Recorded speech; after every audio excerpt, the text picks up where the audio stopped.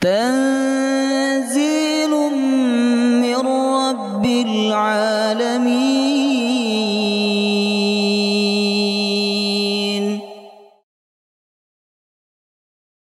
يا أيها الذين آمنوا إذا قيل لكم تفسحوا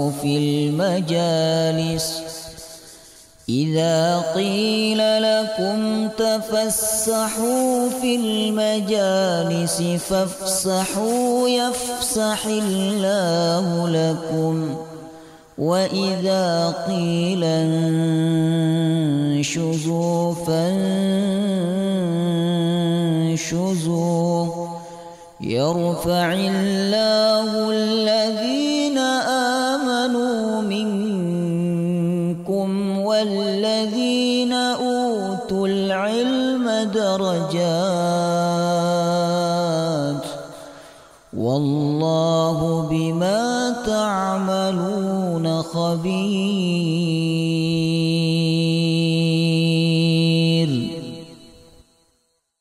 الرحمن الرحيم. السلام عليكم ورحمة الله وبركاته.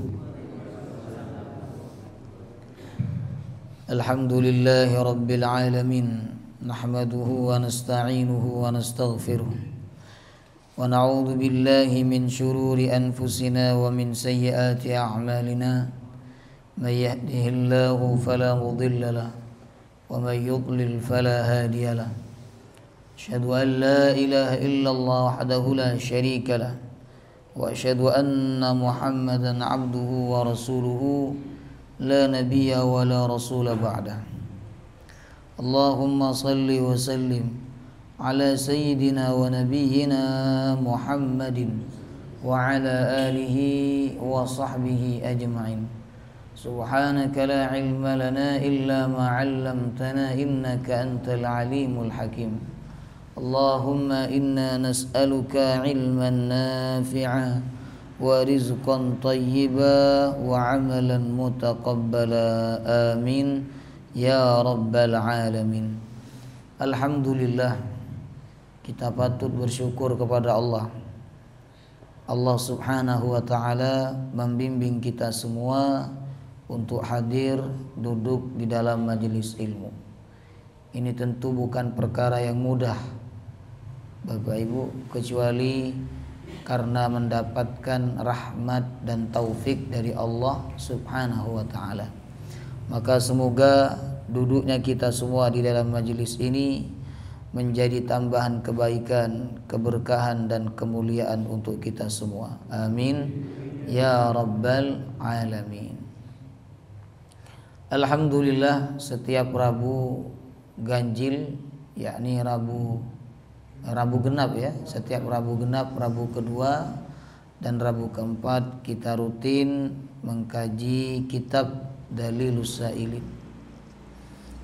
Sudah banyak sekali pertemuan yang kita lakukan dalam mengambil pelajaran dari kitab ini ya. Dan sudah banyak bab-bab yang sudah kita pelajari dari kitab ini. Terakhir kita masuk bab hifdzul lisan, menjaga lisan. Kenapa ada bab menjaga lisan? Karena banyak manusia yang tidak bisa menjaga lisannya. Jadi dari anggota badan ini Bapak Ibu, ada dua yang diperhatikan dan kita diperintahkan untuk menjaga. Yang pertama pandangan, yang kedua lisan. Pandangan dalam bahasa Al-Qur'annya disebut dengan istilah waddul basar, menundukkan pandangan. Menundukkan pandangan dari hal-hal yang dilarang oleh Allah untuk dilihat ya, apalagi zaman sekarang. Zaman dulu orang baru bisa melihat maksiat apabila mereka keluar rumah, dan di luar pun hanya tempat-tempat tertentu saja yang terlihat ada maksiatnya. Sedangkan sekarang jemaah rahimakumullah, di dalam rumah pun, di dalam televisi, di dalam HP, ada hal-hal yang tidak boleh kita lihat dan sangat mudah kita untuk melihatnya. Nah, maka zaman sekarang menjaga pandangan itu tentu lebih susah dibandingkan zaman dahulu. Kemudian anggota badan yang kedua yang diperintahkan oleh syariat agar kita menjaganya dengan baik yaitu lisan, yang disebut dengan istilah hifdzul lisan, menjaga lisan. Nah, lisan ini nikmat yang akan ditanya oleh Allah kelak pada hari kiamat. Untuk apa engkau digunakan, apa yang kau bicarakan selama hidup, itu akan disoal dan lisan akan menjawab dengan jujur. Walaupun di dunia dia digunakan untuk kebohongan, untuk kedustaan, tapi nanti di akhirat dia akan bersaksi dengan kesaksian yang jujur.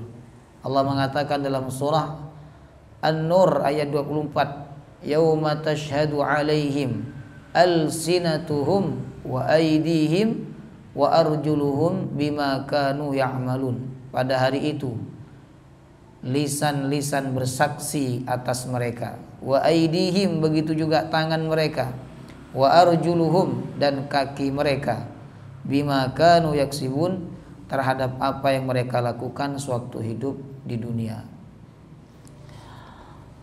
Jemaah rahimakumullah, pertemuan sebelum ini kita sudah membahas pengertian menjaga lisan.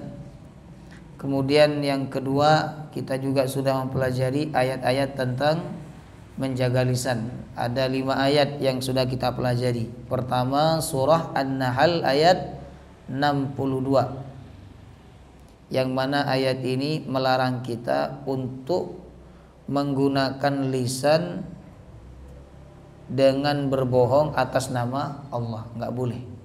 Seperti orang Yahudi, orang Nasrani, mereka melakukan kebohongan, lalu kebohongan itu di atas namakan Allah. Begitu juga kita tidak boleh Bapak Ibu berbohong di atas namakan Rasulullah.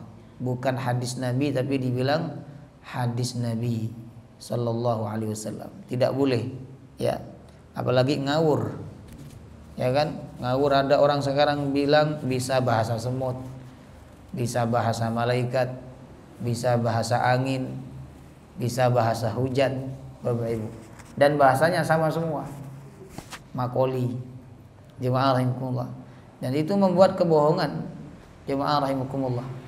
Orang-orang awam maka mudah percaya. Oleh karena itu kita perlu membentengi diri kita ini dengan ilmu agama supaya kita tidak terbawa arus, Bapak Ibu. Ya, kalau arusnya menuju kebaikan, tapi kalau arusnya salah menuju keburukan, maka itu sangat berbahaya. Kemudian yang kedua yang sudah kita pelajari surah An-Nur ayat 24, bahwa lisan nanti pada hari kiamat akan bersaksi atas apa yang dia ucapkan selama hidup di dunia. Subhanallah, berapa ribu kata yang kita ucapkan, berapa juta kata yang kita ucapkan, lisan nanti akan bersaksi dan kita dimintai pertanggungjawaban. Makanya semakin banyak kata-kata yang kita ucapkan, semakin banyak hisabnya, Bapak Ibu. Yang paling banyak hisabnya nanti pada hari kiamat itu siapa? Ustadz. Kenapa? Ustadz itu banyak kata-kata yang disampaikan. Tapi kalau Ustadz diam, gimana pengajiannya? Jemaah rahimakumullah, ya. Kemudian yang ketiga surat apa? Asy-Syu'ara ayat 84. Minta kepada Allah lisan yang jujur. Apa doanya? Oh, bukan. Waj'alli lisana sidqin fil akhirin. Ya Allah, waj'alli lisana sidqin. Ya Allah, jadikanlah aku buah tutur yang baik bagi orang-orang yang datang kemudian. Artinya apa? Orang-orang membicarakan kita dengan kebaikan karena kita orang-orang yang melakukan kebaikan. Kemudian yang keempat surah Ar-Rum ayat 22, bahwa lisan ini bagian dari tanda kebesaran Allah. Karena ciptaannya sama-sama lisan, tapi bahasanya beda-beda, Bapak Ibu. Di Indonesia aja sudah berapa bahasa, jemaah rahimakumullah, apalagi di dunia. Di Indonesia sudah banyak sekali bahasa, Bapak Ibu. Kalau di Jawa aja ini udah banyak bahasanya, ya kan? Ada bahasa Jawa, apalagi ada Madura, ada Ngapak, ada macam-macam, jemaah rahimakumullah. Dan itu bagian daripada kebesaran Allah Subhanahu wa taala. Kita tidak boleh merendahkan bahasa orang lain dan tidak boleh merendahkan suku orang lain, Bapak Ibu. Dan kita tidak boleh menganggap bahwa suku kita inilah yang paling mulia. Karena mereka tidak pernah minta kepada Allah untuk lahir dengan suku tersebut. Tidak pernah minta, ya. Kemudian yang terakhir surat Qaf ayat 18, bahwa setiap ucapan yang kita sampaikan itu dicatat oleh siapa? Raqibun atid, oleh malaikat yang menyertai dan selalu mengikuti kita. Yang baik dicatat. Pokoknya semuanya dicatat. Mau perkataan baik, mau perkataan jelek, mau perkataan yang tidak baik dan juga tidak jelek, semuanya dicatat, Bapak Ibu. Makanya semakin banyak kita berucap itu semakin banyak catatannya, jemaah Allah. Itu kalau dibuka tuh kaget karena terlalu banyak bahasa yang kita sampaikan, lisan yang kita gerakkan untuk berucap. Makanya kalau kita mau berucap, mau berkata-kata, mau berbicara, sadarilah bahwa ada malaikat yang menyertai kita dan siap mencatat apa? Apa yang kita ucapkan. Kayak presiden, Bapak Ibu. Presiden tuh kalau ngomong hati-hati apa dan? Hati-hati. Karena apa? Ucapannya itu direkam oleh media. Kemudian dicatat oleh ajudannya. Dicatat juga oleh jurnalis, Bapak Ibu. Disampaikan ke publik. Nah, itu hati-hati karena direkam, karena diperhatikan, karena ditulis, karena akan disebarkan, jemaah rahimakumullah. Ya kan? Nah, seharusnya kita lebih hati-hati. Karena yang memperhatikan kita, yang mengawasi kita dan mencatat setiap yang kita ucapkan adalah malaikat, bukan lagi manusia. Manusia itu ada jam-jamnya, Bapak Ibu. Tapi kalau malaikat enggak ada jam-jamnya. 24 jam jemaah rahimakumullah selalu menyertai kita dan siap mencatat apa yang kita ucapkan, ya. Baik, sekarang kita masuk hadis-hadis Nabi tentang menjaga lisan. Yang pertama hadis muttafaqun alaih. Muttafaq artinya disepakati. Alaihi atasnya. Maksudnya hadis ini disepakati kesohihannya, Bapak Ibu. Jadi kalau ada hadis itu riwayat Al-Bukhari, riwayat Muslim, riwayat Imam Abu Daud, di atas itu semua adalah kalau bunyinya muttafaqun alaih. Disepakati kesohihannya, keabsahannya oleh Imam Al-Bukhari dan Imam Muslim. Hadis yang pertama, ada seorang sahabat namanya Abu Musa Al-Asy'ari radhiyallahu an. Sahabat ini terkenal suaranya sangat indah, sehingga Nabi pernah mengatakan bahwa sahabat ini mendapatkan titisan suaranya Nabi Daud alaihissalam. Ketika sahabat Umar bin Khattab lagi bingung, lagi susah pikiran, maka biasanya sahabat Umar bin Khattab memanggil sahabat Abu Musa al-Asy'ari untuk membacakan Al-Quran. Kata sahabat Umar, syawwikna ila rabbina, syawwikna ila rabbina, wahai Abu Musa, buatlah kami rindu kepada Tuhan kami, bisautika, dengan suaramu. Ada memang orang-orang tertentu, Bapak Ibu, dengar suara bacaan Qur'annya langsung masuk ke hati, menyentuh ke kalbu, lalu ingat kepada Allah. Ada nawadan? Ada, jemaah rahimakumullah. Orang-orang yang diberikan kelebihan, biasanya orang-orang yang seperti itu orang yang dekat kepada Al-Quran. Tidak hanya suaranya yang bagus, suara bagus itu banyak, tapi yang menyentuh ke kalbu, yang menyentuh ke hati orang yang mendengarkannya itu yang tidak banyak. Kecuali mereka adalah orang-orang yang dekat dengan Al-Quran, yang hidupnya bersama Al-Quran. Maka ketika suaranya indah dan membacakan ayat Al-Quran, biasanya menyentuh, jemaah rahimakumullah, Ya, sampai kadang ada yang menangis. Cuman dengar suara tok orang bisa menangis. Jemaah rahimakumullah. Padahal nggak tahu makna yang ayat yang dibaca. Ya, panjenengan ketika ke Mekah, ke Madinah, umrah atau haji, mungkin panjenengan ketika sholat menangis. Padahal nggak tahu ayat yang dibaca itu maknanya apa. Tapi menangis karena suaranya indah dan mengingatkan kita kepada Allah SWT. Nah, ini kelebihan Abu Musa al-Asy'ari. Ya. Nah, sahabat ini pernah bertanya kepada Rasulullah. Dan ini menunjukkan semangatnya para sahabat untuk menuntut ilmu.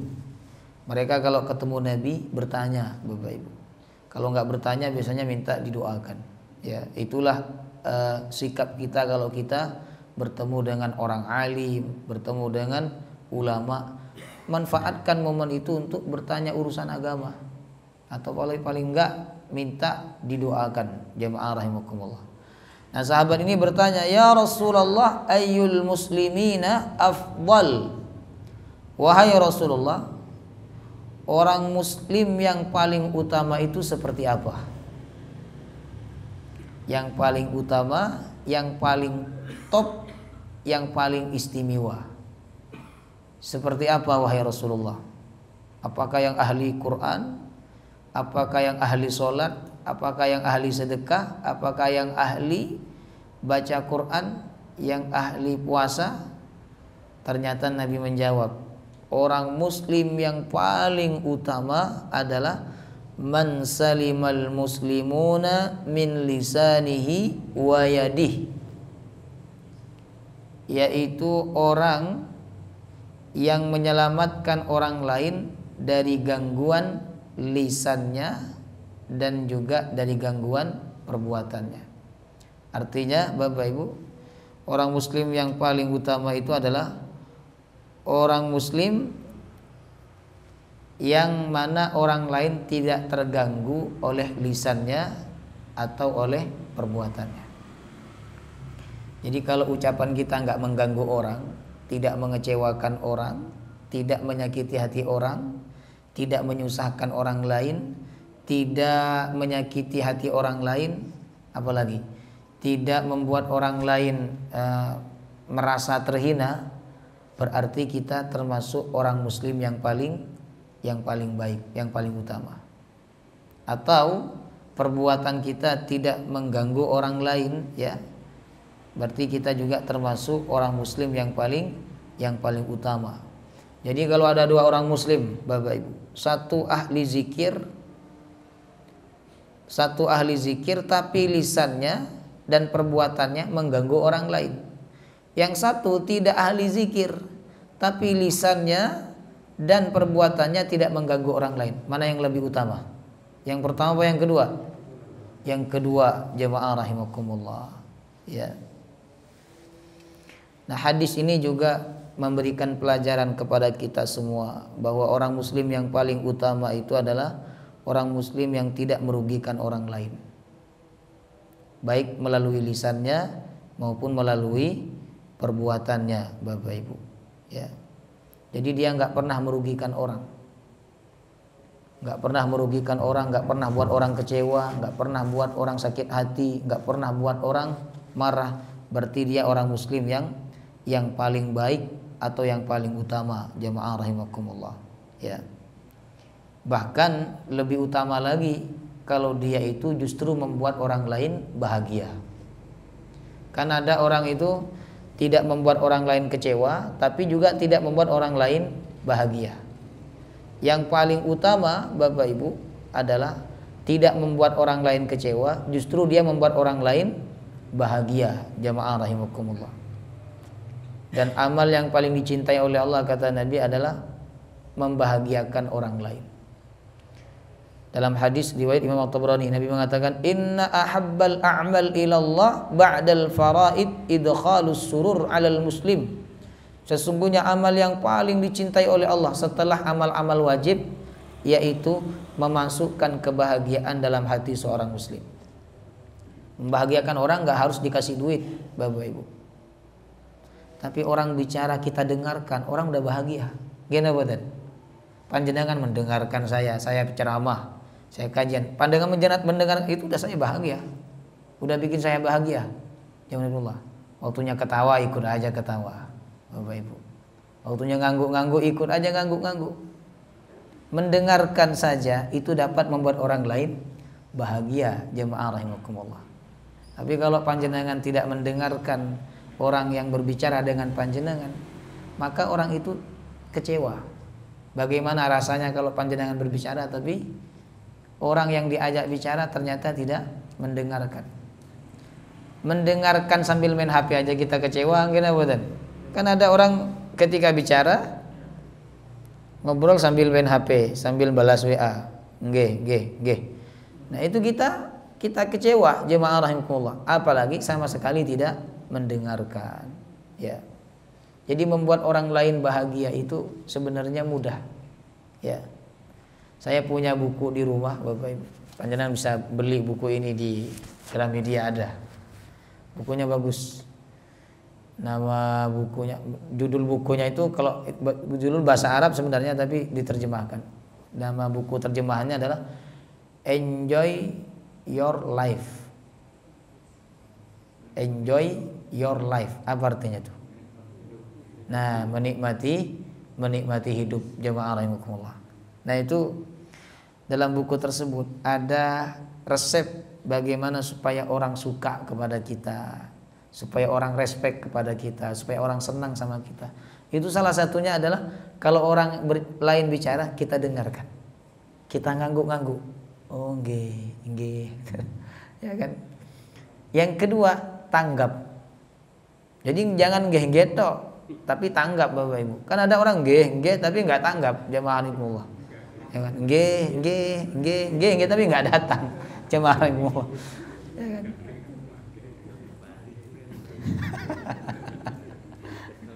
Saya udah sering ketemu orang kayak gitu. Nggih Ustaz, nggih, tapi nggak datang. Tanya jadwal pengajian, Ustaz pengajiannya di mana aja Ustaz? Saya kasih tahu di sini. Nggih Ustaz, tapi nggak datang. Jemaah rahimakumullah. Yang ketiga dalam buku itu dikatakan responsif. Responsif itu kita respon, Bapak Ibu. Bahkan kalau ada orang misalnya melakukan sesuatu, kita responnya baik. Misalnya orang pakai sepatu baru misalnya, supaya orang tuh senang sama kita respon, Masya Allah sepatunya bagus gitu. Walaupun sepatunya murah tetap bilang aja bagus, ya kan?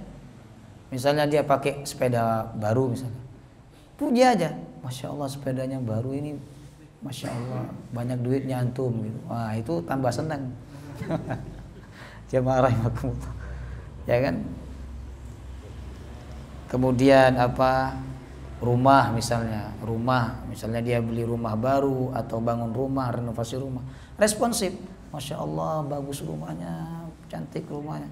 Itu bikin orang lain senang kepada kita, jemaah rahimakumullah. Ya. Jadi membuat orang senang itu tidak harus kita ngasih duit, ya kan? Tidak harus kita ngasih sesuatu, tapi kita dengarkan ucapan dia, kita tanggap, kita respon, kita memuji, itu bikin orang lain senang, jamaah rahimakumullah. Dan itu amal yang sangat dicintai oleh Allah SWT. Nah minimal kalau kita nggak bisa nyenengin orang, kita nggak ngecewain orang lain.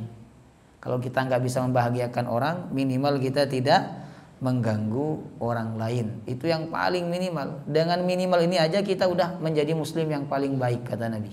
Apalagi kalau kita sampai membahagiakan orang lain, jamaah rahimakumullah. Ada hadis mengatakan, riwayat Imam Tirmizi, kata Nabi, ala ukhbirukum biman tahrumu alaihin nar. Maukah kutunjukkan kepada kalian orang yang neraka haram atasnya, orang itu haram masuk neraka. Maka sahabat menjawab, tentu wahai Rasulullah. Kata Rasulullah, kullu hayyinin layyinin qaribin sahlin, yaitu orang yang punya 4 sifat. Yang pertama hayyinin. Hayyin itu yang tidak suka memaki, Bapak Ibu, tidak mudah melaknat dan juga tidak mudah marah, hayyin. Kemudian yang kedua layyin. Layyin ini lemah lembut, santun, Kemudian yang ketiga, qaribin. Qarib ini cepat akrab orangnya, cepat akrab, cepat dekat, kemudian tidak jaim. Kan ada orang itu kalau kita sapa baru dia mau nyapa. Tapi kalau kita nggak sapa dia nggak akan nyapa, jemaah rahimakumullah. Dia mau orang lain dulu lah yang memulai menyapa dia, respect kepada dia, baru dia akan ikut. Ya. Jadi qarib ini artinya akrab, mudah dekat, mudah diajak bicara. Kemudian senantiasa menebar senyum ketika bertemu, itu orang yang qarib, Bapak Ibu. Ketemu itu langsung senyum. Sehingga orang tidak canggung untuk bicara dengan dia, tidak canggung untuk ngobrol dengan dia. Jemaah rahimakumullah. Kemudian yang terakhir, sahlin. Sahlin ini orang yang suka mempermudah urusan orang lain, tidak mempersulit urusan orang lain. Jemaah rahimakumullah, suka menolong. Nah, kalau kita punya 4 sifat tadi, maka kita diharamkan untuk masuk neraka. Ya. Maka jemaah rahimakumullah, kalau kita nggak bisa membahagiakan, minimal kita tidak mengganggu orang lain dengan lisan kita maupun dengan perbuatan kita. Kalau orang muslim itu tidak mengganggu orang lain dengan lisannya dan dengan perbuatannya, dia menjadi muslim yang paling utama.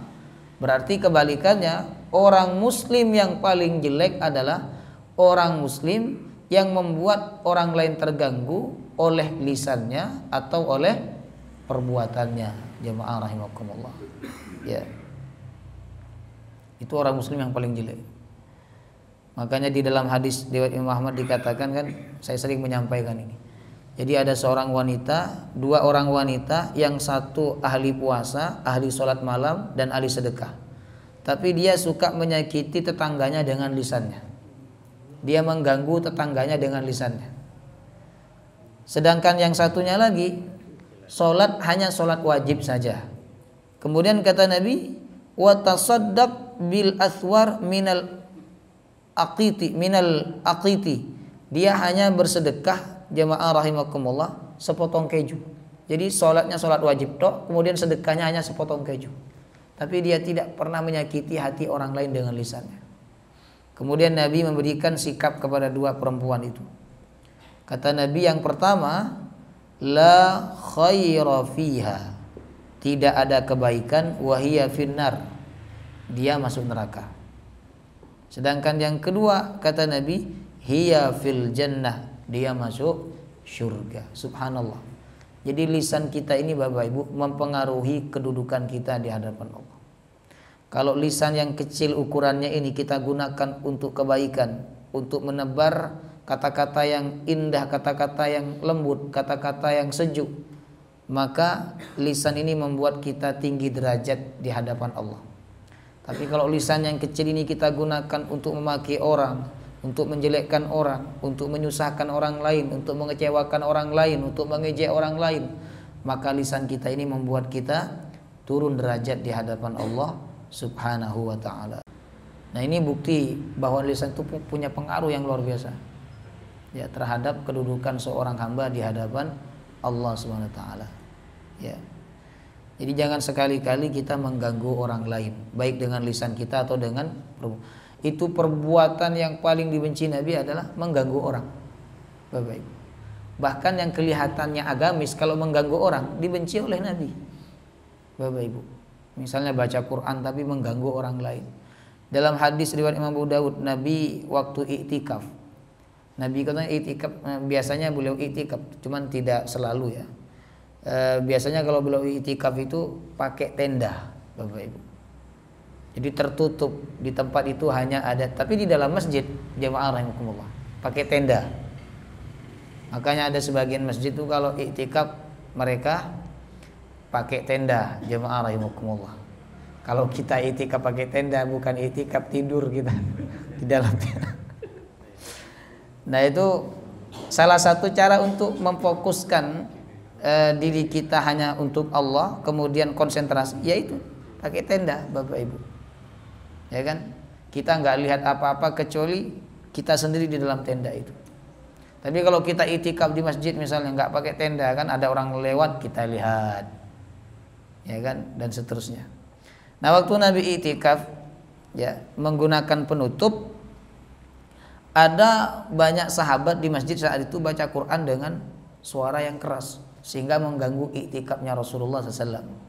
Kemudian Nabi SAW mengatakan, ala inna kullakum munajin rabbahu fala yu'dhina ba'dakum ba'dan wala yarfa'u ba'dukum ala ba'din fil qira'ah aw qala fis salah. Bukankah kalian sedang bermunajat kepada Allah? Allah tidak butuh dengan suara yang keras. Allah tidak butuh dengan suara yang nyaring. Allah Maha mendengar. Maka janganlah kalian mengganggu sebagian kalian dengan sebagian yang lain. Dan janganlah ada di antara kalian yang mengangkat suara sehingga mengganggu orang lain, baik ketika membaca Al-Quran, ketika di luar sholat maupun di dalam sholat. Dalam membaca Al-Quran jangan terlalu nyaring sehingga mengganggu orang lain. Jadi perkara walaupun kelihatannya agamis Bapak Ibu, kalau mengganggu orang lain justru dicela oleh Nabi, ya kan, dicela oleh Nabi Sallallahu Alaihi Wasallam. Nah, maka kita yang sudah belajar jangan sampai amaliyah ibadah kita ini membuat orang lain terganggu. Jamaah rahimakumullah. Ya, terganggu itu misalnya Masjid Darussolihin jam 2 malam udah nyetel merotal, jam 2 dini hari udah nyetel merotal, ini dapat mengganggu orang yang istirahat. Jamaah rahimakumullah. Ya. Sedangkan urusan agama aja kalau mengganggu orang lain dinilai jelek, apalagi bukan urusan agama, musik, dangdut, Bapak Ibu, ya kan, apalagi suara knalpot yang brong. Nah, itu juga perbuatan yang sangat dibenci oleh Allah Subhanahu wa taala dan Rasulnya, ya. Kemudian kita lanjut hadis yang kedua, muttafaqun alaih juga dari Sahal bin Sa'ad radhiyallahu an. Rasulullah bersabda, man yaqman li ma baina lihyaihi wa ma baina rijlaihi atman lahul jannah. Barang siapa yang dapat menjamin untukku apa yang ada di antara kumis dan jenggotnya. Berarti apa? Mulut atau lisan, jamaah rahimakumullah. Dan apa yang ada di antara kedua pahanya. Berarti apa? Kemaluan. Maka kata Nabi, atman lahul jannah, aku jamin dia masuk surga. Subhanallah.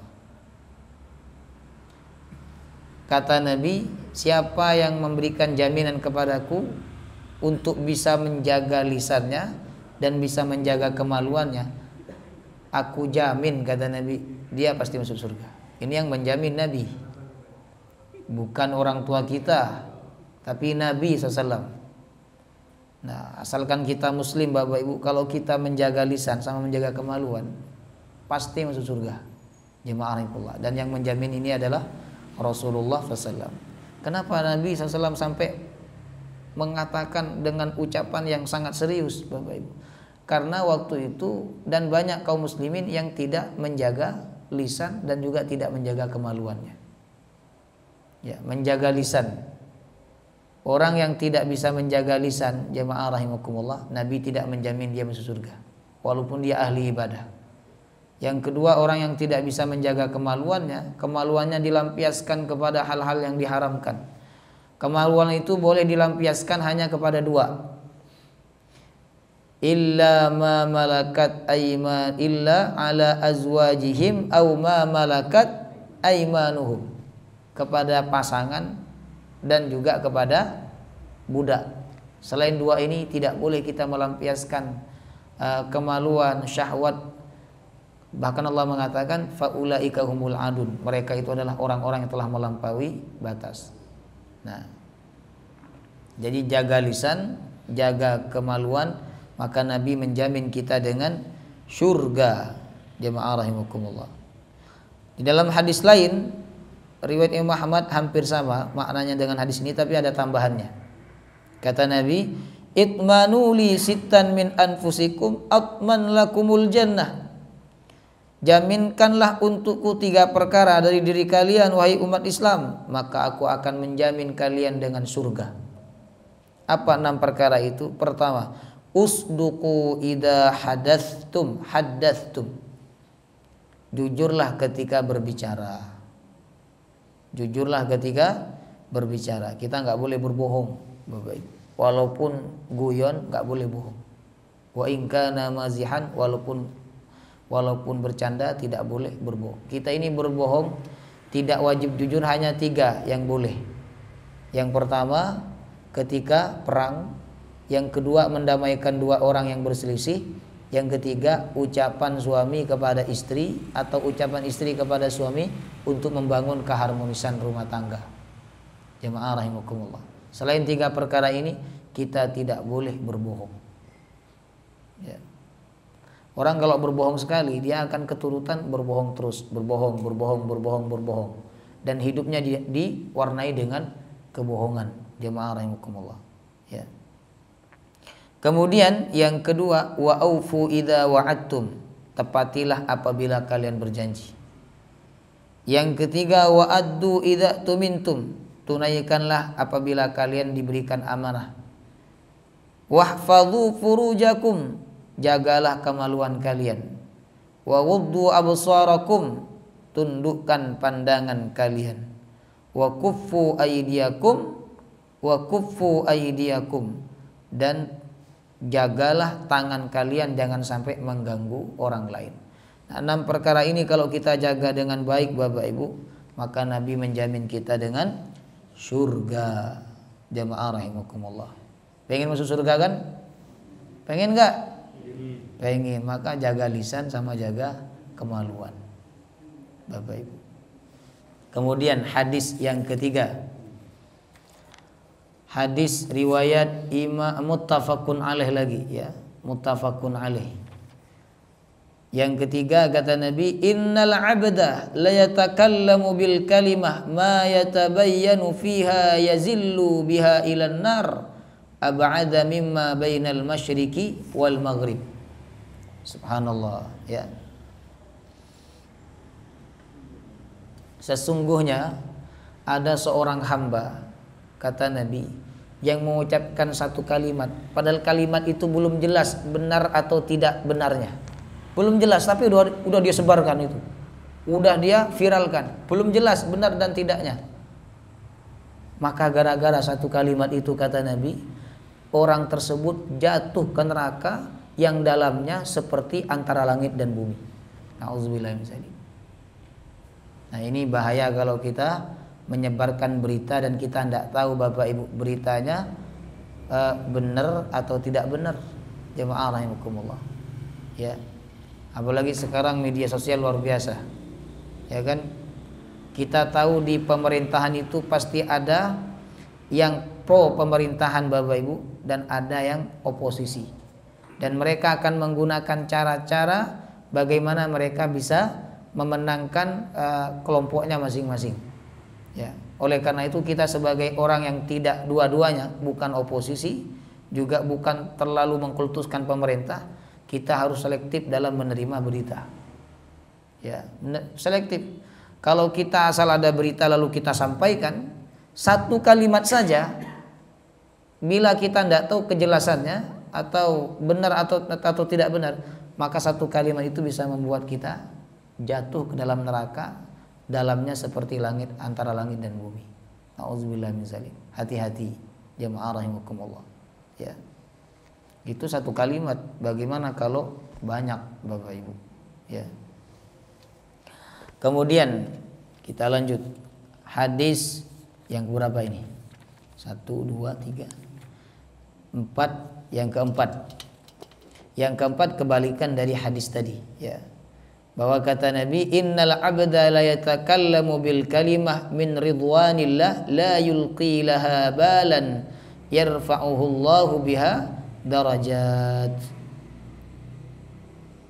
Sesungguhnya ada seorang hamba yang mengucapkan satu kalimat dan dia anggap kalimat itu biasa-biasa saja, padahal kalimat yang dia ucapkan itu mendatangkan ridha Allah. Dengan kalimat itu Allah mengangkat derajat dia setinggi-tingginya. Subhanallah, Bapak Ibu. Orang itu menganggap kalimatnya biasa, tapi kalimat yang dianggap biasa itu justru menyadarkan orang.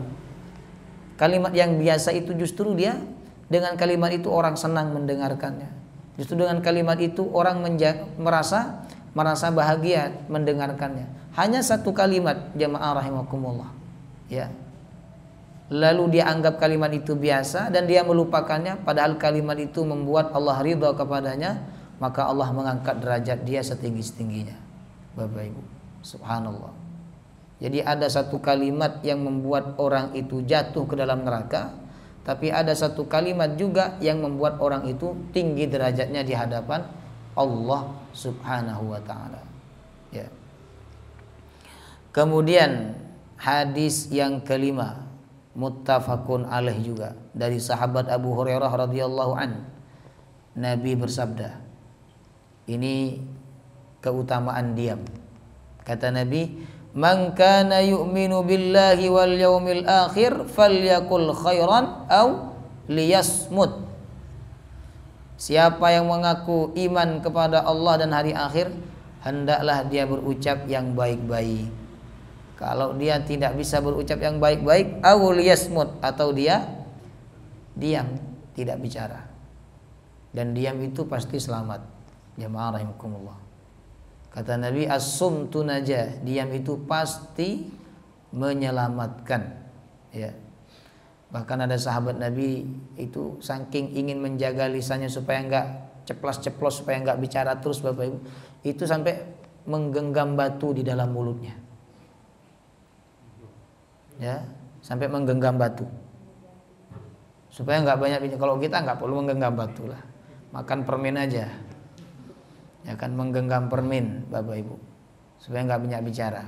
Tapi kalau laki-laki pada umumnya nggak banyak bicara, ya kan, nggak banyak, cuman kue habis, ya kan. Kalau bertamu gitu saya tandai, kalau ibu-ibu datang ke rumah itu air pun nggak diminum, jamaah rahimakumullah. Jangankan kuenya, airnya nggak diminum, itu tidak menghormati tuan rumah itu, ya kan. Sudah disuguhkan tapi nggak diminum, Bapak Ibu. Tapi kalau bapak-bapak yang ke rumah itu laki-laki biasanya nggak banyak bicara, atau saya bicara nggih tapi sambil makan, habis jajannya. Ya, itu perbedaan laki-laki dengan perempuan, Bapak Ibu. Ya, paham ya? Jadi yang kalau kita mengaku beriman kepada Allah dan hari akhir, berucap yang baik atau diam, dan diam itu aman. Cuman kalau diam semua nanti nggak hidup majelisnya. Ada perkumpulan diam semua,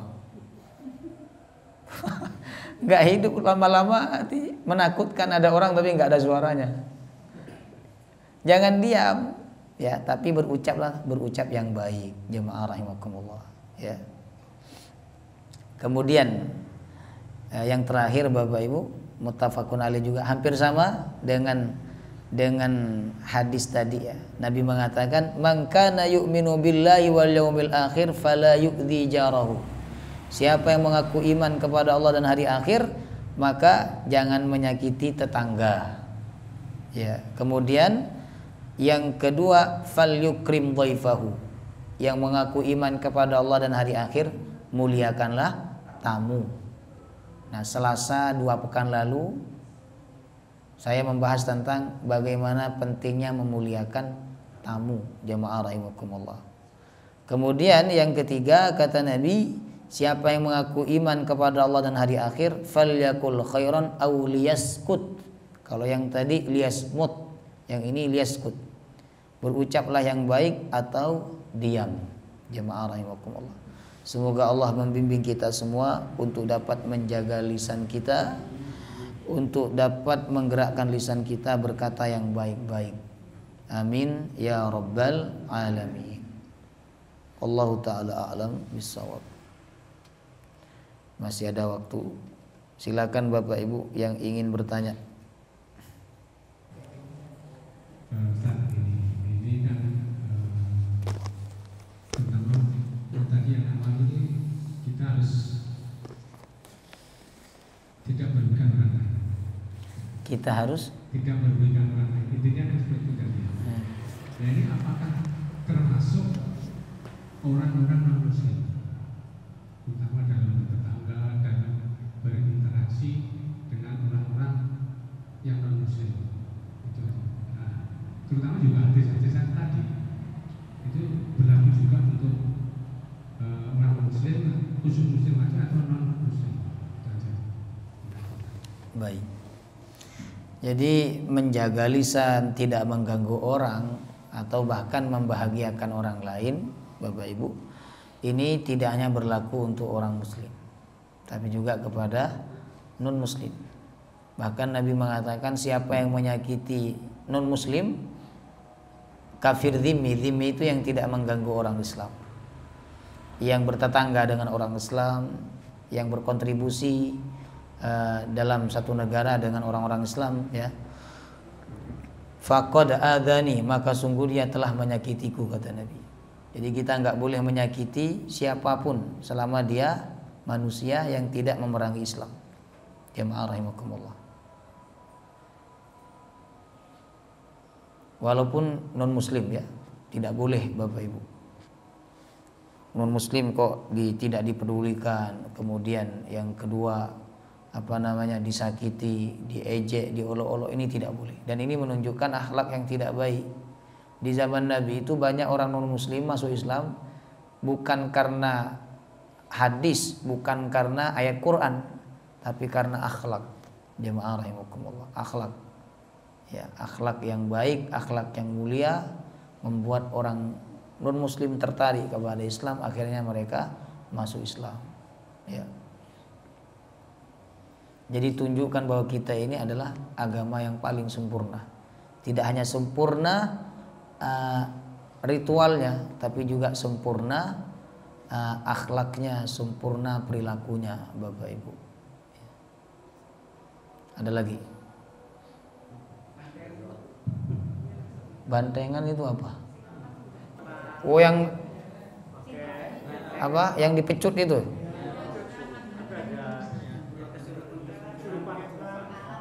Yang kesurupan itu. Baik. Kalau seni tidak apa-apa, tapi kalau ada unsur mistisnya, ada unsur syirik, itu tidak boleh, Bapak Ibu. Ya, kenapa lagi tadi katanya kemasukan, ya? Itu benar kemasukan apa dibuat-buat itu? Hah?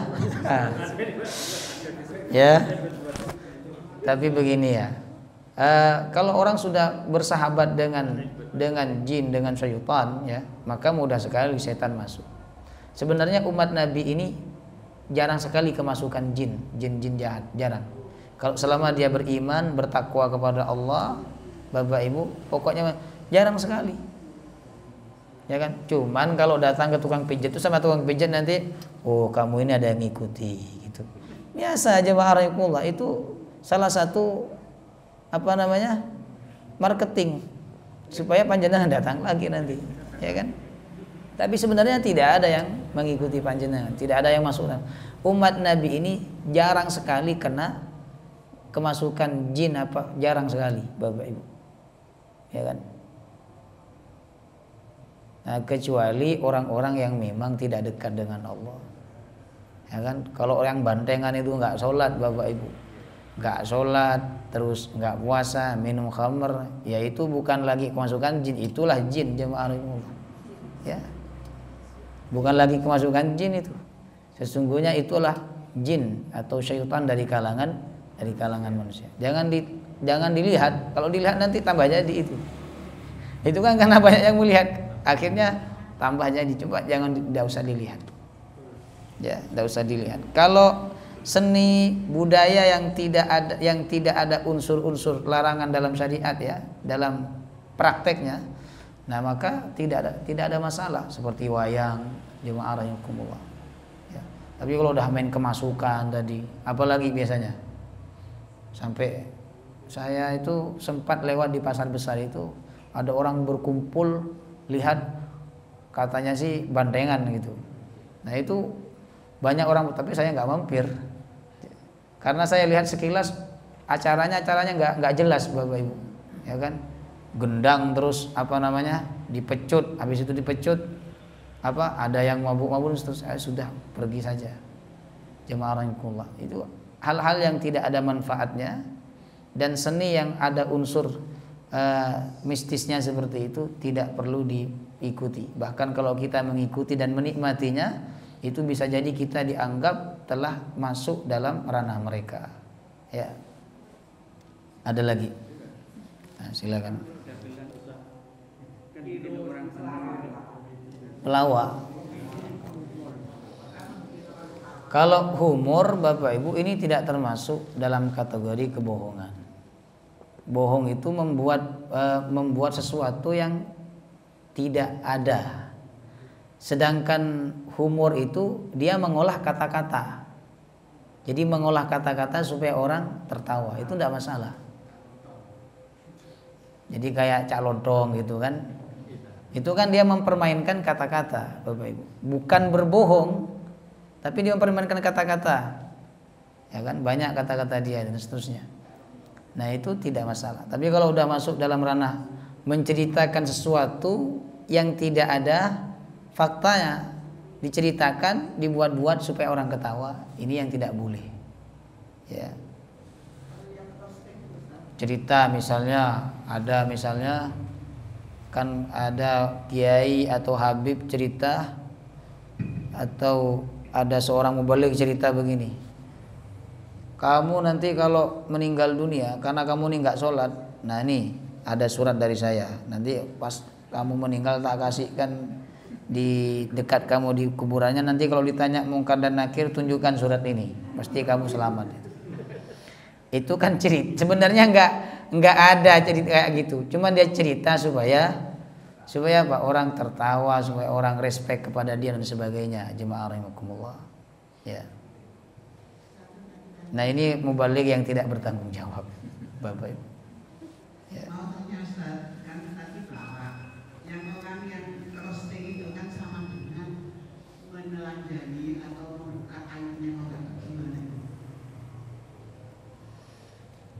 Oh, itu nggak boleh itu ya. Kecuali orang itu melakukan keburukan secara terang-terangan, maka di roasting nggak apa-apa. Di roasting itu diungkapkan keburukannya, diceritakan. Misalnya Pak Jokowi, presiden, melakukan keburukan, itu kan diliput oleh media dan dia terang-terangan, lalu kita membicarakannya, ini tidak dosa. Ya, yang dosa itu kalau orang itu melakukan keburukan diam-diam, melakukan kejelekan diam-diam, kita tahu dan hanya kita yang tahu, lalu kita cerita sama orang, sehingga orang yang tidak tahu menjadi tahu. Ini yang tidak boleh, Bapak Ibu. Nah, roasting yang ada di media sosial menurut saya itu acara yang tidak bagus, karena sekuat-kuatnya mental orang, kalau di roasting dia pasti kecewa, emosi. Jemaah rahimakumullah. Ya. Nah, maka acara yang seperti itu sebenarnya tidak baik dan tidak menyelesaikan masalah, justru menambah masalah. Ya. Ya. Wallahu taala a'lam bishawab. Insyaallah pertemuan berikutnya kita pindah ke bab tentang halal dan haram, insyaallah. Subhanakallahumma wa bihamdika asyhadu an la ilaha illa anta astaghfiruka wa atubu ilaik. Assalamualaikum warahmatullahi wabarakatuh.